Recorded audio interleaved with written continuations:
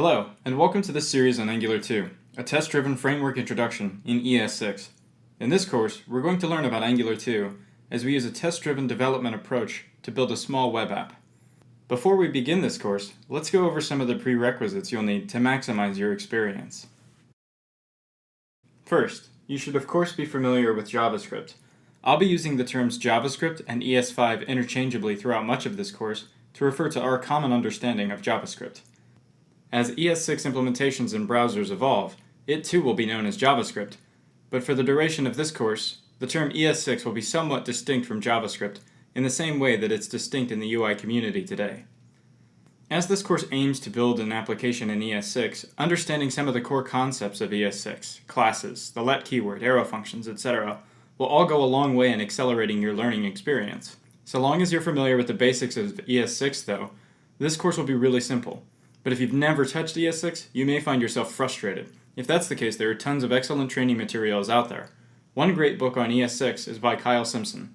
He also gives talks fairly frequently, and has some online videos on YouTube that are really great. Kyle's personality is one of his best rhetorical devices. He stands head and shoulders above me as a developer, so I'm not sure I can call him snarky, but this is my series, and it's true, so I'm going to. His books and talk are definitely worth your time. As well as JavaScript, you'll need to have a firm handle on Angular 1. While Angular 1 is quite a bit different than Angular 2, this course will use some of the concepts from Angular 1 to develop an understanding of Angular 2. If your Angular 1 is a little bit rusty, my favorite book on this subject is by Ari Lerner. The NG book is probably the best singular one-stop shop for Angular out there. I highly recommend reading it. As well as Angular 1, it will really help you if you've already authored a few tests in Jasmine. It'll also help if you have some experience with Karma. A fundamental understanding of both of these will suffice, as our tests will be fairly basic. If you'd like a deep dive, there's a really great book on this subject. Angular TDD by Tim Chaplin is a really great read. There's also a recipe book in this series that's a really good read, and I highly recommend it. Alongside those three technologies, we'll be using Node, Gulp, and Git throughout the duration of this course, so it'll help to understand what they are and what they do. A brief Google search and glance through the documentation of each one of these should give you all that you need to know for this course. As well as the technologies on this list, it will benefit you to know a little bit about new front-end concepts like package management, bundling, etc., and a little bit about test-driven development theory. But as we won't be delving too deeply into these topics, I'll try and explain around them on an as-needed basis. That brings us to tools. Once we get to building the application that we're developing, I'll be using WebStorm and a browser. In my case, I'll be using Chrome. If you've never used WebStorm, it's a great little IDE, and they do have a 30-day trial that I highly recommend downloading. It's my daily IDE, and it has been for a while. Also, if you're from JetBrains and you're watching this video, don't hesitate to send free software and some stickers to the team at Bullhorn.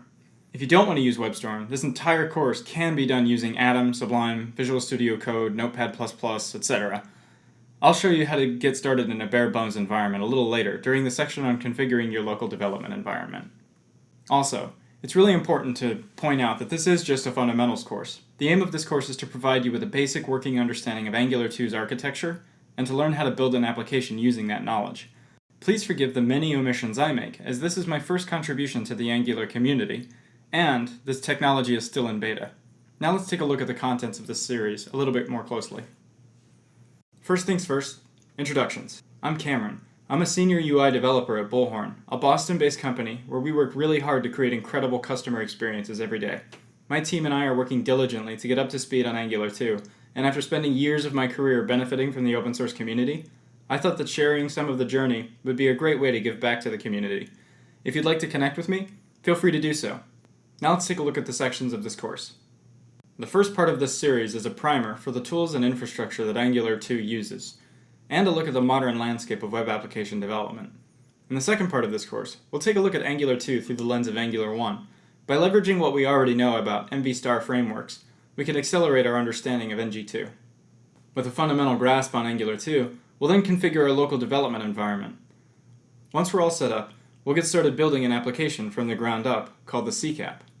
The CCAP is a really basic web app that I developed for this course. It's a single-page application that allows users to query an API and find their favorite artists. Once they've found their favorite artist, they're able to add that artist to a list. It's a really basic app. The application I built is more about technical requirements than usefulness. From a UX perspective, it's quite a loss. But as a platform for learning and education, I think it covers the basics really nicely. It allows us to develop and test an application that has components and routing, HTTP requests, Web API integrations, nested components with nested routes, constructing singletons, leveraging something in Angular 2 called pipes, and playing with experimental features in ES6. Now that we know a little bit about what this course is all about, let's have a quick talk about languages. Before we dive into Angular 2, we'll need to have a brief discussion on JavaScript's past, present, and future. I chose to write this course using ES6, and it's important to unpack what went into that decision. Chances are, if you're watching this series, you'll have to make that decision for yourself, your team, and potentially on behalf of your organization. So I'd like to discuss why I chose to write this one in ES6. Before we take a look at that though, I think it's important to take a quick glance at the history of JavaScript. JavaScript was originally invented by Brendan Eich for Netscape in about 1995. Microsoft soon followed with their own proprietary version of this called JScript. It was boldly named to avoid costly trademark battles with Sun Microsystems. Way to go, Microsoft. Netscape then submitted JavaScript to the ECMA, which created a language standard called ECMAScript. It's a name that Eich never really liked. As Eich went on to co-found Mozilla, the Web 2.0 movement kicked off. JavaScript, also known as ECMAScript, also known as ES3, 4, and 5, abbreviations with versioning, enjoyed a big renaissance, and libraries like jQuery emerged. As client-side complexity increased, Angular and other frameworks emerged to meet this challenge. That brings us to contemporary front-end development. Today, some developers argue that the rate of JavaScript evolution is being outpaced by the rate of growing technical demands. To get ahead of this, not only are libraries of much greater complexity emerging, but also the idea of supersets of JavaScript, like Typescript, are emerging. A superset? Yeah, and not the Gold's Gym variety either. The idea behind supersets like Typescript is to define a robust language that fills the gaps of JavaScript during development of large-scale applications that can transpile into another language. Hold up, transpiling?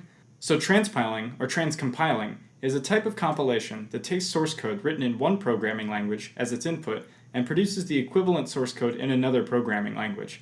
In this case, TypeScript to JavaScript, but it could be CoffeeScript or there are plenty of others. So why TypeScript? TypeScript is a free and open source programming language developed and maintained by Microsoft. At its core, it's a strict superset of JavaScript that adds optional static typing and class-based object-oriented programming features to the language.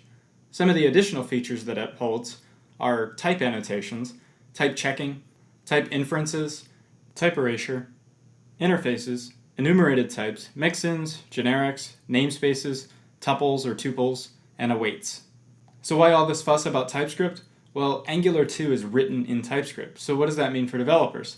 Well, this prompts one of the first significant architectural decisions that a team is going to have to make while adopting this new framework. While Angular 2's source code is written in TypeScript, Angular apps can be authored in 4 different JavaScript-related languages: JavaScript, TypeScript, Dart, and ES6. I realized after finishing this course that I need to call attention to the fact that I never really considered Dart as a possibility for this course, or for that matter for my day-to-day development, so it really wasn't fairly vetted among these alternatives. I'm sure that it's a great language, but its adoption is fairly low among developers when compared to the alternatives. And I've never been a part of a team whose core application was built in Dart. That's not to say that those teams don't exist, or that Dart isn't an awesome language. I just made a dogmatic decision based on my own personal experience, and yours may differ. In the interest of fairness, I did want to highlight the fact that it was a dogmatic decision. Moving on. Of the 4 options for building Angular 2 applications, 3 of them require transpiling. The transpiling process for most of these is a command line tool. Most of these are built on Node that produces JavaScript. TypeScript uses TSC, Dart uses Dart2JS, and ES6 has 3 popular transpilers: Babel, Tracer, and Culture. While the ECMAScript versions 5 and 6 are either totally implemented in the browser spec or are mostly implemented in the browser spec, they are both roadmapped to be a part of the native browsing experience. ES5, though, requires a pretty substantial amount of shimming and polyfills to code Angular 2 apps with, while ES6 is on the not-too-distant horizon and has a lot of additional features. It was because of this that I decided that this course should focus on ES6. Another important argument behind this decision is that TypeScript is developed and maintained by Microsoft, kind of like JScript used to be. Unlike JScript, TypeScript is open source. While being open source is a huge step forward for the Microsoft team, it's fairly unlikely that TypeScript will ever be native in all browsers. And even if it's open source, it's still a proprietary language, like JScript. To that end, Proposed in the ES7 spec, another evolution in the JavaScript language, are something called trademarks, which are akin to static typing in TypeScript. This means that one of the core advantages offered by TypeScript will soon be a part of JavaScript anyway. There is one big but here though. ES6 is on the roadmap for browser adoption, and many browsers already have significant ES6 implementations, but it isn't 100% supported by all browsers yet. This means that, like TypeScript, we'll still have to rely on a transpiler to convert our ES6 application into native ES5 in order to ensure that we're compatible with most browsers, until they're able to catch up. If you'd like to see where browser adoption is presently, Cangex is a great resource for this. You can find it here. The Cangex table shows not only browser adoption, but also transpiler adoption of features inside of ES6 and 7. The information is presented in an extremely useful way. I highly recommend this as a resource as you go forward in your ES6 coding. That aside, all of these language options for NG2 have their pros and cons, and all of these could be the right decision for your team. I've chosen ES6 because it's going to be adopted by all browsers, it's non-proprietary, it offers a great deal of new features and performance enhancements over ES5, and it works well with Angular2, meaning it doesn't need a lot of redundant and tedious code to leverage the framework. Now that we've made that decision, there is one more thing to keep in mind. ES6 Modules. As if transpiling wasn't enough of a paradigm shift for front-end developers, another recent emergence in JavaScript programming is the idea of modules or packages. As this is a fundamentals course, we won't dive into an exhaustive overview of package management or walk through all of the different JavaScript package managers out there. There are many different paradigms for adopting this. But it is important to be aware of the fact that instead of the legacy approach, where we added all of our JavaScript files into an index.html page in chronological order by reference, we'll be using an automated package manager called Browserify to resolve the imports and bundle up our application so that it's ready to be run in a browser. That looks a little something like this. Notice at the top of both of these files that there are import statements, just like we saw in the previous slide. In order for them to know what to pull and where from, we'll need a package manager to resolve these dependencies. Notice that the Angular core import statement isn't merely a static path. There's a little bit of logic going into where it is that that core section of Angular 2 is getting pulled from, and how to find components and how to resolve something called injectable. That being said, let's take a look at our architecture. Because package management is such a large topic that really merits its own course altogether, I will say that the approach taken in this course was taken for the sake of simplicity, and not necessarily because it's an ideal architecture, or one that I would personally recommend. Not only are there several great package managers out there, there are also several different architectural designs for serving that code up in a browser. One of these kinds of difference would be, does the code get bundled via a command line tool and then added to the DOM as vanilla ES5, or does the browser get shimmed to support missing features? There are pros and cons to both of these design ideologies. Package managers and architectural designs are going to vary from organization to organization for a variety of reasons, but not limited to team competencies, existing environment, continuous integration pipeline, application size, target application demographic, etc. The list is going to go on and on and on. That in mind, here's our architecture. Now, like I said before, I built this configuration because it's the simplest one that I could come up with that handles everything in this course. As well, it likely won't matter what architecture you end up with, since this course's focus is on the app code and not the configuration itself. I just wanted to point out some of the pieces that are holding this application together for the sake of understanding what's going on under the hood every time we hit save. The app code that we write should translate to just about any architecture that supports Angular 2 and ES6. Here's how to think through some of these pieces. Effectively, we're going to have our code sitting inside of a repository, which is just a directory. Then, inside of that directory, we'll use Node to do a lot of the heavy lifting. Node has a lot of tools and utilities, one of which is Gulp. Gulp is going to determine what files need what kind of rendering process. We're going to be using Sass for styles. Well, Sass need to be converted into CSS files. Those CSS files will need to be converted every single time that there's a change to the SCSS files. Gulp is going to know when to do that. Our ES6 code is going to need to get transpiled into ES5. Babel is going to know when to do that. However, the dependencies that I'm importing are going to need to be resolved using Browserify. Browserify is going to take all of those packages and inject them into the right components. At the same time, on the development side, we'll need Gulp to tell Karma when to run Jasmine inside of Phantom. Basically, every time I decide that I need to rerun my unit tests, Gulp is going to tell Karma to run all of those tests inside of the Jasmine framework inside Phantom. Now, if you're unfamiliar with one or all of these tools, that's okay, because we're going to be pulling from a library that I've already instrumented all of these utilities inside. This slide is merely to point out the architecture that we're going to be building our application on top of. As well, each one of these probably deserves a series all on their own, and inside of that series, each one of these utilities should probably be juxtaposed with all of their rivals. Gulp has Grunt, Browserify has System.js or JSPM, Babel with Tracer, Sass with Less, Jasmine with Mocha, etc. The list is going to go on here. There are good reasons for picking any one of these tools over another. Allow me to reiterate, the reason that I chose these tools is because they're the simplest. Angular2. It's indisputable that Angular 1 has had a far-reaching impact on the web. Chances are, if you're watching this course, you're probably coming from an Angular 1 environment and would like to know which of those skills will help you in your transition from Angular 1 into Angular 2. As it turns out, there are several ways where your Angular 1 skills are going to give you a key advantage, and we're going to take a look at that in the next few slides. We're taking the approach that you've had at least some experience with Angular 1. To that end, I'm probably not going to spend quite as much time unpacking concepts that are familiar to Angular 1 developers. So if you've never had any Angular experience at all, this section might use terms to make comparisons that are lost on you. Also, before we shift gears and start taking a look at Angular 2, it's worth mentioning, partially because of the learning curve associated with ES6, TypeScript, or both, as the need will emerge from time to dig into Angular source code and fill gaps in the documentation, and also because of the additional tooling and configuration needed to get started, it's been my experience that Angular 2 is a lot more difficult to learn initially than Angular 1. I still remember the relative ease of making Hello World applications in Angular 1 without too much trial and error. Then when Angular 1 announced the Yeoman generator on their website, I remember downloading that and installing it, and it was like entering an entirely new era of web development. No doubt Angular 2's complexity is only compounded by the fact that it's still in beta and has been in alpha, but it's the intention of this presentation series to minimize that complexity and to hopefully alleviate a lot of the frustrations in learning something so new as well. I really believe in the Angular community and project, and this is a small way of giving back to the community that's taught me a great deal about developing good software. One of the first concepts that we're going to be taking a look at in this series is the component.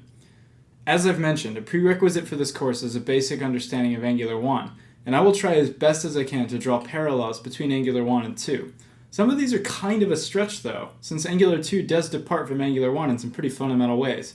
So keep that in mind from a learning perspective, as well as a critical one. When I draw comparisons, I'm not saying that these are the same thing. I'm merely trying to point out that they solve the same kind of problem, or that they're intended to be used in sort of the same kind of way. Such is the case with components. A component is kind of an amalgam of a controller and a module.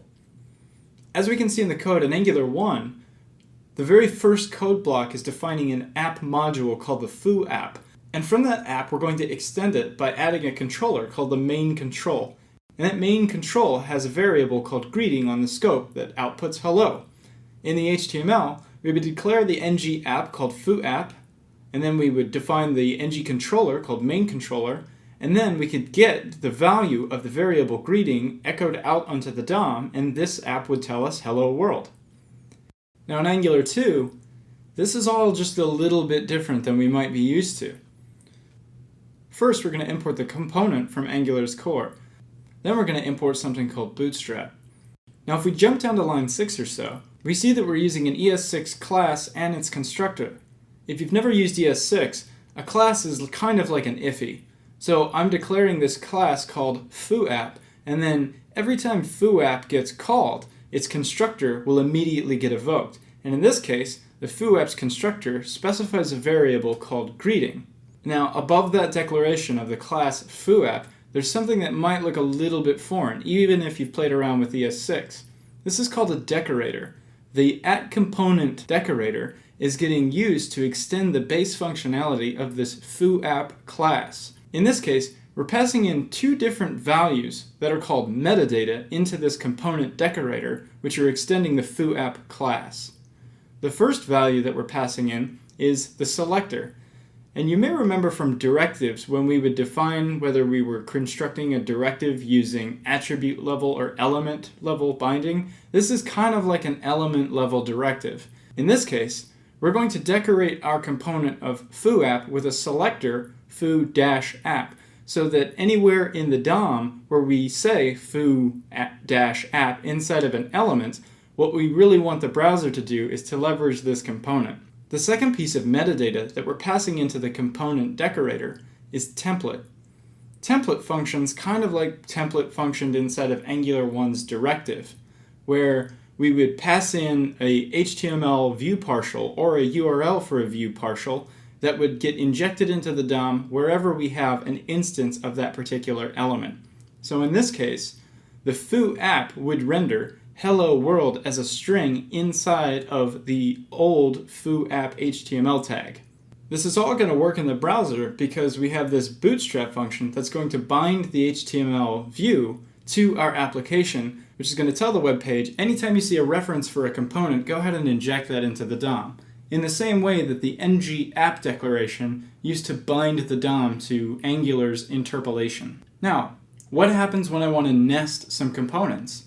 In Angular1, I could add a bunch of subsequent controllers under the module of foo_app. In Angular2, you can do the same thing, but instead of nesting additional controllers, we'll be creating additional components. In this way, we could have this core app component that has a navigation, favorites, and search list component, and each one of those has different behavior. In implementation, that would look a little bit like this. We see that there's this component decorator that we're injecting in. On line 1, we're importing the component decorator. Then on line 3, we're decorating this class called derp with two pieces of metadata. The selector, derp, and then the template, this is the derp component, which is just a string. Then on line 6 or so, we're creating another component. This component is the foo_app component. It has a selector of foo_app. It has a template, which injects the p tag with the hello world greeting. The hello world is pulled from the constructor variable for greeting, and then just beneath that, there's a reference to this derp HTML element. Now, that derp HTML element doesn't exist inside of HTML. So if I were to try and run this block without having the directives meta attribute of this component specify that directive derp needs to be injected into this component, you would actually see an open and closed derp tag inside of the DOM. But because I'm injecting derp into the directives, Angular knows how to interpolate that derp tag. Now, what other metadata can we change to add additional functionality to the component? Component has a ton of metadata. There's inputs, outputs, properties, events, host, providers, export as, module ID, queries, view binding, view providers, change detection, template URLs, template, style URLs, styles, directives, pipes, encapsulation, etc. Now when I pulled this list from the component source code of the Angular2 repository, this list contained a couple of additional metadata that had been marked with comments that said deprecated. So since Angular is in beta, this list is probably pretty shored up, but it's safe to say some of these are going to get deprecated. So we're going to stay focused on things that are pretty much guaranteed to be in the core application. As well, the meta that we're going to focus on sort of hits our 80-20 rule instead of programming. These are going to be the metadata that you spend the most time with. So let's take a look at those. First we have inputs. The inputs that you're using for a component are kind of the same thing as the arguments that you specify for a function. So when I'm injecting inputs into a component, what I'm saying is that there's a public API for this particular component where data is going to flow from a parent component into a child component. Outputs are the reverse of that. When you want to send data from your component to the outside world, you use output bindings. The inputs and outputs are part of the public API of a component. Host. In Angular2, a component host is the element this component is attached to.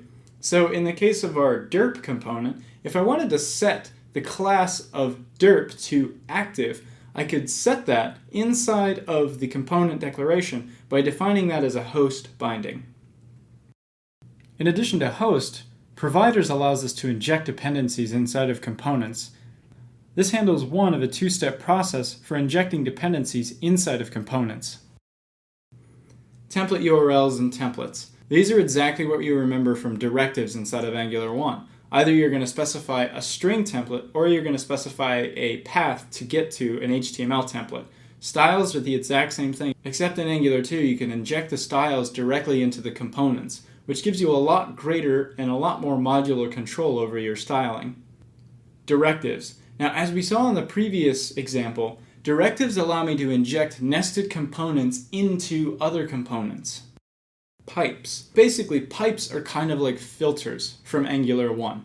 Now that we understand a little bit about components, let's take a look at directives. Just like in Angular 1, there are multiple kinds of directives. There are structural directives, event handling directives, and custom directives. Let's take a look at each one of these different types of directives. In Angular 1, when we wanted to repeat an element on the DOM from an iterable inside of a controller, we use the ngRepeat. The ngRepeat directive allows us to create instances of elements from an iterable. So in this case, this link instance with the properties of URL and label is getting created out of the iterable navigation. And we would hope that the navigation iterable contains child nodes that have both of those properties. The ngIf directive allowed us to inject and remove an element from the DOM based on a variable.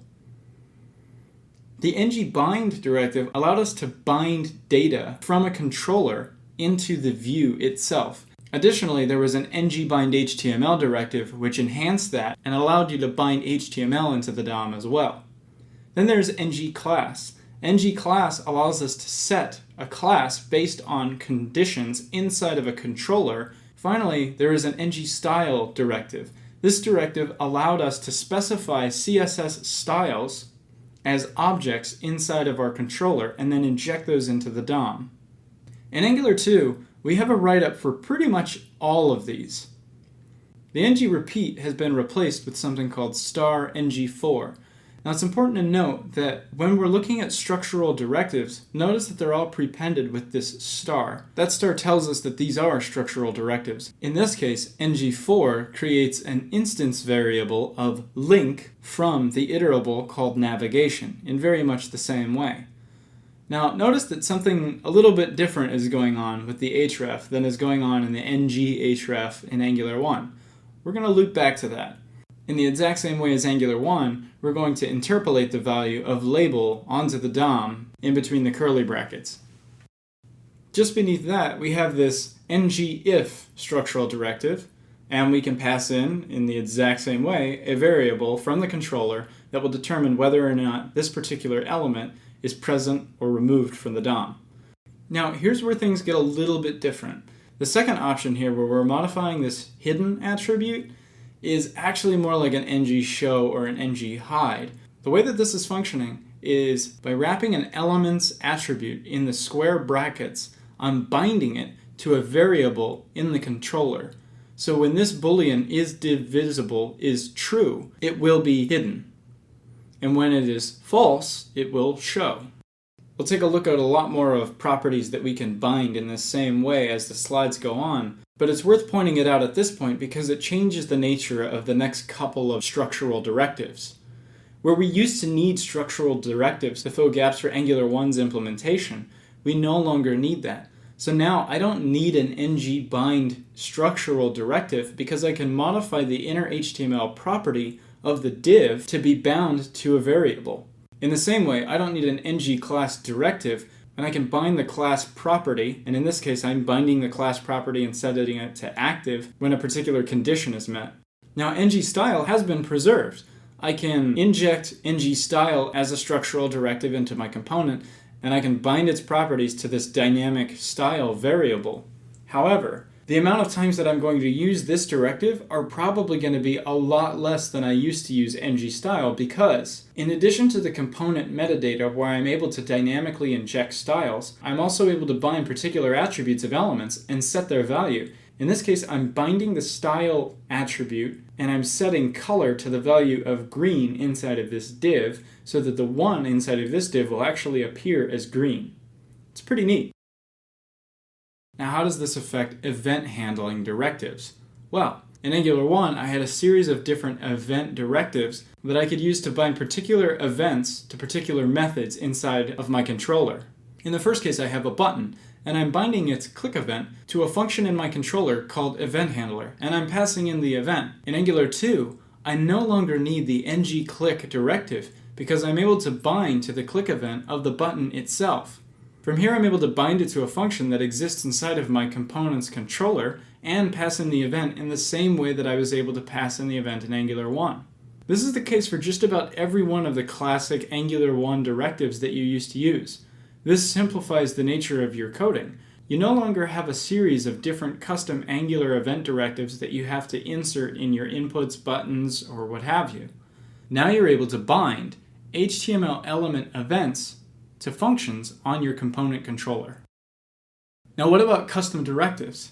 Now, part of Angular 1's success was due to the fact that you could write custom directives that did just about anything. Part of what makes Angular 2 such an awesome evolution from Angular 1 is that a lot of the thought capital from directives were poured into components. The distinction in Angular 2 between a directive and component is a component is a directive with a template. So think of directives like light components. Now in the Angular 1 example, I'm creating a module called fooApp and I'm creating a custom directive inside of it. Now I'm restricting the custom directive to an attribute level declaration. So anywhere inside of my fooApp where Angular 1 sees the custom directive attribute in any element, it will call this directive. In the Angular 2 example, I'm doing the exact same thing. So my selector is custom directive, and anywhere where Angular 2 sees this directive, it will initialize custom directive. Now let's take a look at an example with a little bit more functionality. So on the left side, I have an Angular 1 custom directive. This custom directive is merely an attribute. Inside of its scope, it takes in the value that is associated with the custom directive attribute, and whatever method gets passed into derp will be called when derp is executed.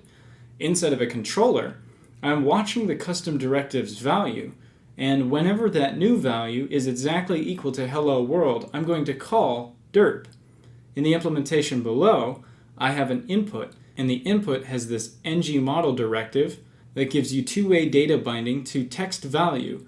Therefore, every time the value of input changes, ngModel updates. I'm then passing in text value into the custom directive, and I'm binding this controller's local derp method to the derp attribute. So every time derp gets called inside of the custom directive, it's going to call local derp. And this demo serves as a really crude form of form validation. Now, in Angular 2, it's a little bit different. On the right side, we see that I'm decorating this class called custom directive in this decorator called Directive. And inside of that, I have my selector bound to the custom directive attribute. Now this is a little bit different than Angular 1 in two ways. One, if my selector is an attribute, I'm going to put it in between square brackets. As well, in Angular 1, whatever string value for the directive that I passed in as the directive itself would become hyphen delimited. So custom directive in camel case gets translated by Angular 1 into custom-directive, no capitals, no spaces. In this case, I'm using custom directive in camel case as my selector, and in the actual implementation, I'm able to reference that as custom directive. The second meta that I'm passing into this are inputs, and the input that I'm passing into this particular directive is the value of custom directive. So inside of the implementation custom directive, I'm passing in this value called text value. So text value is now going to be set inside of this custom directives controller as the value of this.custom directive. The next piece of meta that I have are the outputs. And in this case, there's a single output for derp. In the Angular 2 example, I'm assigning the value of derp to a new event emitter. The event emitter functions as a messenger between components. On the next line, we see that there's this ngOnChanges method. In this case, every time the value for this.custom directive changes, ngOnChanges is going to get called. Now, inside of the condition, if that value ever gets changed to be exactly equal to hello world period, the event emitter that is bound to derp is going to emit an event called itHappened. Now in this implementation, I have an input, and I'm going to specify the custom directive to wrap that input. I'm going to pass in the value of text value to the value for custom directive, and then I'm going to bind the derp method to a local method inside of this controller called handler, and that brings us to the ng model. Now what's going on here? ng model still exists in Angular 2 in the same way that it exists in Angular 1, and it gives us the ability to do two-way data binding. The syntax is just a little bit different though. Now since we're trying to bind to a property but also fire off an event, we're going to be wrapping this ng model attribute in something that the Angular 2 community has called banana in a box. I'm not going to lie, I don't see it, but apparently that looks like a banana in a box. Now what's going to happen inside of this directive is when the value of text value gets changed to hello world period, the handler inside of this component's controller is going to get fired with $event. $event in this case is going to be the string it happened. So if the parent component that's housing this input had a handler method on it, and that handler method had a console.log statement inside of it, and we console.log the event, when the value of this particular input was exactly equal to hello world period, it would output it happened as the console statement. So that brings us full circle. Structural directives are now prepended with an asterisk. There are a lot fewer built-ins than Angular 1 because now we're binding to native properties. And the native properties that we're binding to give us an implementation that's a lot closer to the native DOM. Now let's take a look at one of the easiest transitions to make from Angular 1 into Angular 2, pipes. Think of pipes like filters. So in Angular 1, we use pipes to modify data, and in Angular 2, we can do that very much the same way. And the good news is the syntax hasn't even changed that much. So in the Angular 1 example, I'm creating a filter called length. And what length is going to do is it's going to take in an input, and it's going to return whatever the input's length is. In Angular 2, I'm importing the pipe decorator to decorate the truncate pipe class here. I'm naming the pipe length. Now in the same way that you would specify what filter you wanted to use by adding it as the name that follows a pipe character in HTML, we're going to use the name of length instead of an HTML partial separated by the pipe character. It's going to use this transform function to take in an input and to return the input's length. In Angular 2, there are 4 ways to bind data. There's interpolation, there's property binding, there's event binding, and there's two-way data binding. In the previous slides, we've seen an example of all 4 of these. But now we're going to take a more thorough look at what they look like in code. So interpolation is component-to-view. It's a one-way data stream that goes from the component into the HTML view. So the ng-repeat directive in Angular 1 allows me to take the value of navigation from the controller and create multiple nodes called links inside of this HTML partial. In Angular 2, it's pretty much the same way. I have an ng4, I'm going to create multiple instances of link out of my navigation. In Angular 1, I need to make sure that the navigation iterable is on the scope. In Angular 2, I need to make sure that the navigation iterable is bound to the controller, so this.navigation. Also, in the same way in Angular 1 that I can output those properties using curly braces, I can do that in Angular 2. So there's no surprise there. Now what about property binding? In Angular 1, you really couldn't bind to the native properties of HTML elements. In Angular 2, you can. So if we look at the example code, I can bind the value of href to the link.url property. I can bind the hidden property of the div to a boolean, and I can bind the value of the inner HTML to the text to bind value inside of the controller. This is another example of component-to-view based binding. Now what if I need the opposite? What if I need the view to speak to the component? For this we have event binding. In Angular 1, event binding took place by using things like ngClick. I could pass in a function, and I would call that function from the controller based on behavior that happened in the DOM. In Angular 2, I no longer need all of the custom directives that handle that because I can bind to the native events of HTML elements. In the Angular 2 example here, we're binding to the click property of button, and we're passing in a click function that is inside of the component controller. This is how I can get my views to talk back to my controller. Now what about two-way data binding? In Angular 1, we could use ngModel to have two-way data binding. In Angular 2, we use ngModel in very much the same way, but the syntax is slightly different. Now that brings us to factories, services, and providers. Now, a lot of directives got trimmed from the Angular 2 specification because now we're binding to native properties. As well, components do the heavy lifting of directives, controllers, and modules. So, as you can probably guess, factories, services, and providers are all going to get consolidated into native classes. So in the example here, I'm creating something called a simple service, and I can inject this simple service into a controller, and in this case, I could call the get method, and get would return an array. In Angular 2, that's a little bit different. I'm going to decorate this class called simple service with something called injectable. This allows me to use this simple service class as an injected dependency inside of a controller. From there, once I've injected simple service into a controller, I can call the get method and it's going to return that exact same array. Now the syntax is greatly simplified because now anytime that I want a factory, service, or provider, it's just an ES6 class. And that class I can construct however I want. So that brings us to dependency injection inside of Angular 2.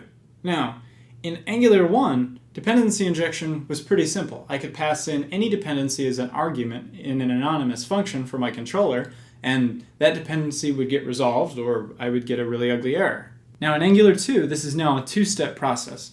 Let's take a look at some code. Now in this example, I'm creating an injectable simple service that has a method on it called get that returns an empty array. Just below that, I'm creating a component. The component has a selector of foo app. It has a template, and in that template, I'm interpolating the value of a variable called simple service values. And I'm using the JSON pipe, which is still built into the Angular 2 language specification. Then in the providers meta, I'm passing in simple service.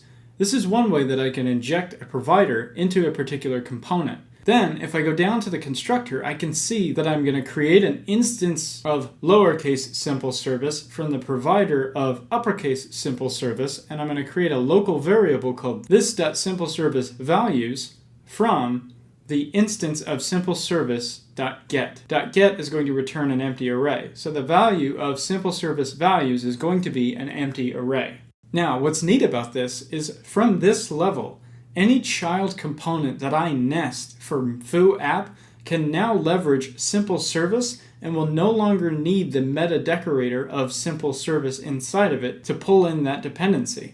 This makes dependency injection inside of your components a lot easier.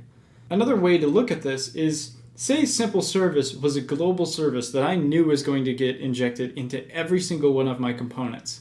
I could inject it into the app here, or I could inject it into the bootstrapping of the application like this. Now, anywhere inside of this application where I need to use simple service, I can by passing it into the constructor. That's pretty cool. This highlights the fact that Angular 2 now has a top-down dependency tree. In Angular 1, you had sort of a parallel dependency tree, where any directive could be used by any view, and any service, factory, and provider could get injected into any controller. Angular 2 is a little bit more clean. You have a top-down dependency tree, so wherever you inject a service, that component is now the root instance of that dependency. In this section, we've taken a look at how controllers, modules, and directives have really been consolidated into something called components. Directives have been radically simplified and reduced, and services have been simplified as well. I think this is what the Angular 2 community means when they say Angular 2 is more simple to learn than Angular 1.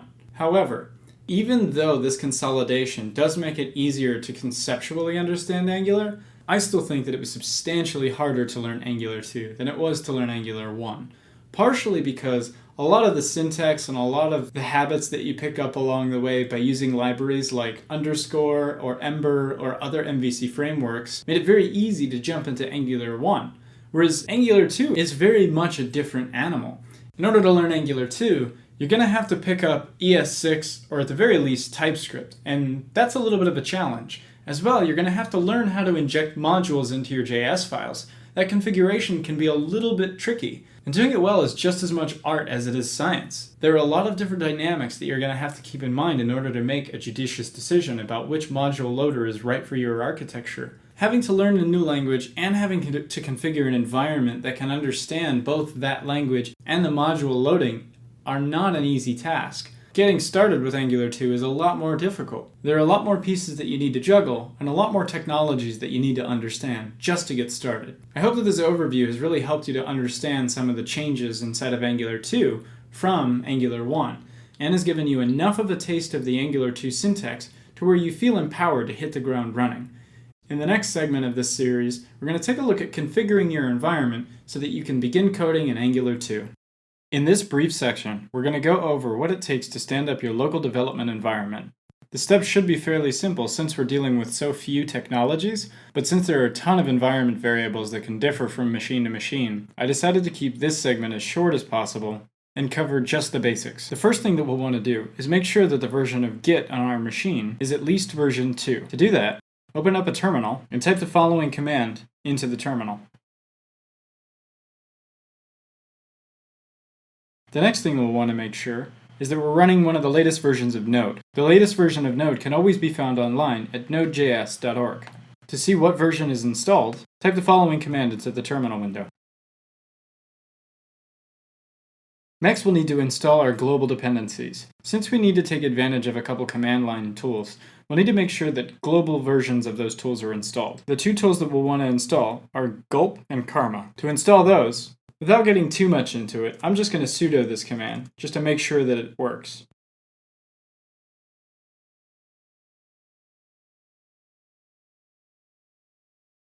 Once those are installed, we'll need to cd our way into a directory where we want to clone our app. Next, we'll need to go to the repo to get the link for cloning that repo. On this computer, I have an SSH key installed. If you don't, you can always click the drop-down link and change over to HTTPS, or you can download a zip. It really doesn't matter. Clone the repo. Once it's cloned, cd into that repo.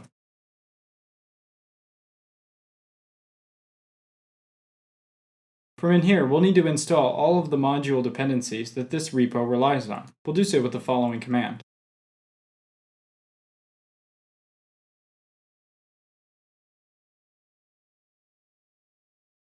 Hopefully that all works perfectly, and you're now ready to begin developing the Seek app.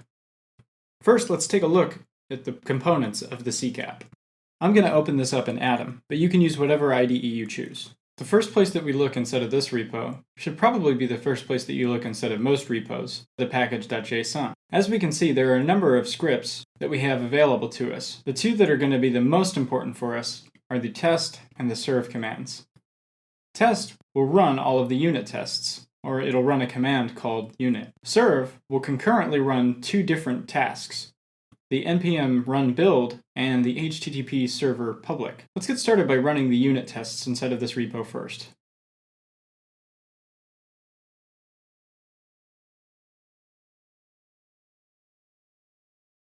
As we can see, it's able to run the unit tests.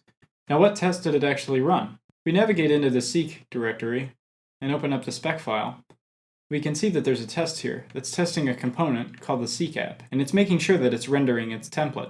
The criteria for rendering this template is making sure that this string is loaded into the inner HTML.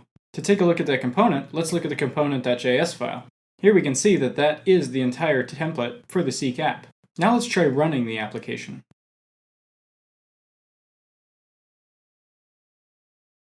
Here we can see that it's running on port 8080, and when we run it,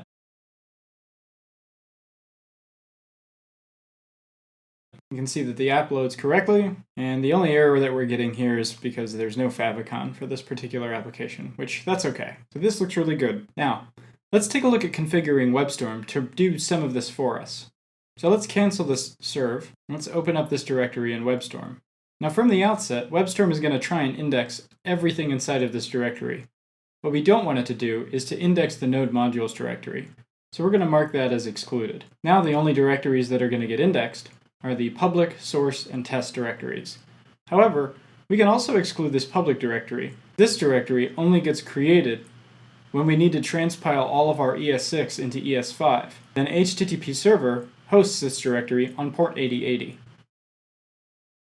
Now let's create some run configurations. Even though it's really simple for us to run all of these commands inside of npm, WebStorm can make that just a little bit easier. We're going to create some npm run configurations. So we're going to point it at our local package.json, which WebStorm found automatically. I'm going to rename this one test, and it's going to run the test command. Apply that, and let's create a new one for serving.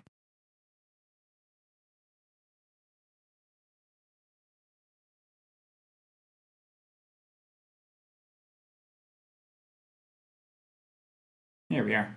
Now let's test and make sure these work. First we want to test our application. And we can see that a little console has appeared down here. And inside of this console it's going to run all of our unit tests. Now what if we change the unit test, just to make sure that it is actually working? Now let's run it, and this test should fail. There we go. The two strings don't match. So let's reset this. Now, if we look at the source code, we can see that WebStorm is clearly trying to tell us something. It looks like it's unable to really understand what it's looking at. So we need to go into our preferences and tell WebStorm that this is an ES6 repository. So we can do that by hitting Command comma on a Mac. We're going into WebStorm's preferences, navigating to the languages section, selecting JavaScript, and selecting ES6 from the dropdown. There we go. That looks much better. Now let's make sure that serve is running.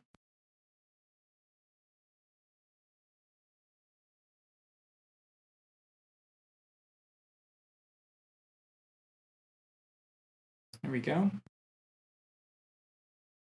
And let's see if I change some of the text. Save it. Navigate over here, and then I refresh. You can see that that is updating. Perfect. Okay, now that our environment has been configured and we're ready to get started developing, let's shift gears. One of the things that we're going to need in order to get started building out this application is an API key to use LastFM, which is really simple to get. First, get credentials for a LastFM account. From there, log into your account.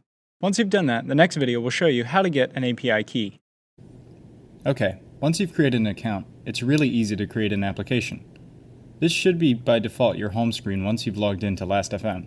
Scroll down to the bottom.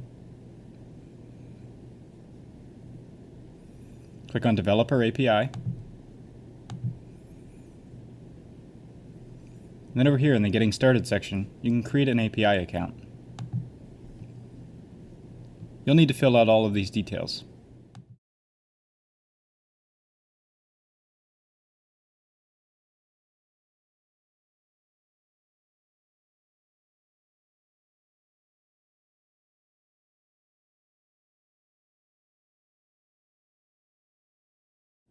And once you have an application created, copy all of these credentials, because you're going to need them.